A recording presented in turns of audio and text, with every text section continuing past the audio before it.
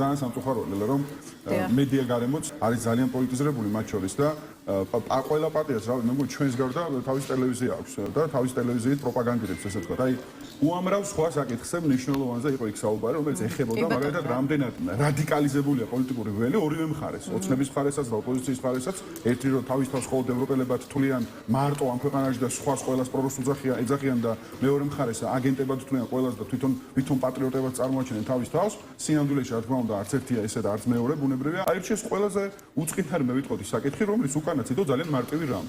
ქართული ოცნება, მისი მხრიდან ჩაკეტილ ორბენალი სუბიექტი, რომელმაც გადადგა ნაბიჯები იმისათვის, რომ მოტაცებული ფული, მოპარული ფული, მოდი ესე ვთქვათ, მიტაცებული ძალაუფლებით დაეცვა და ისეთი წითელი ხაზები გადალახა, რომ ამ წითელი ხაზების უკან მოტრიალება, გადმოლახვა, უკან გადმოკვეთა ნიშნავდა ძალაუფლების დაკარგვას, იმ ფულის მოპარული ფულისთვის პასუხისმგებლობის დაკისრებას და მოუწია იმ ესე ვთქვათ, კიდევ უფრო მეტი წითელი ხაზის გადაკვეთა, მათ შორის იძულებული გახდა, რომ ფიზიკურად ეძალა და თავის მოქალაქეებს. ამაზე იყო საუბარი და მაგრამ ეს ისე წარმოაჩინეს სწორედ იმ მედია საშუალებების დამფინანსებლებმა და მფლობელებმა პოლიტიკური სპექტრში, თვითონ ეს იყო რაღაცა, არ ვიცი, პასუხისმგებლობის აცილება ქართული ოცნებისთვის. ყველამ თავის საქმეს მიხედოს, ველა და თავის ამოცანებს და მიზნებს და საზოგადოებას აუხსნან, როგორ აპირებენ ბოიკოტის პირობებში, არჩევნების ბოიკოტს გულისხმობ, რა არის მათი გეგმა იმისთვის, რომ თქვენ დაბრუნდეს ევროპულ გზაზე.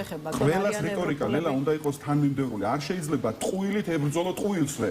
ეს არ შეიძლება. უნდა იყოს სიმართლე, ნასაუბრები, უნდა იყოს თქმული ის, რაც მაგალითად გახარია მისაუბრა გუჩირო, მაგრამ მერწმუნეთ, ქართული ოცნების მხარდამჭერების უმრავლესობასაც კი თავისი ესე ვთქვათ კრიტიკული პოზიცია ჰქონდა იმ ძალადობის სცენებზე, იმ ძალადობის ქმედებებზე, რაც პოლიციამ ჩაიდინა და მაგიტომ მოუწია ქართულ ოცნებას ამ ძალადობის მექანიზმის შეცვლა და მე გადასვლა სხვა მეთოდებზე, ფინანსური წნეხის და ასე შემდეგ. ამიტომ არ შეიძლება კიდევ ერთხელ ტყუილით ებრძოლო ტყუილს. უნდა ისაუბროს სიმართლე და ამის საშუალება უნდა მისცე ყველას, რომ ისაუბროს სიმართლე, მათ შორის შენ მიერ დაფინანსებული ტელევიზიის საშუალებით.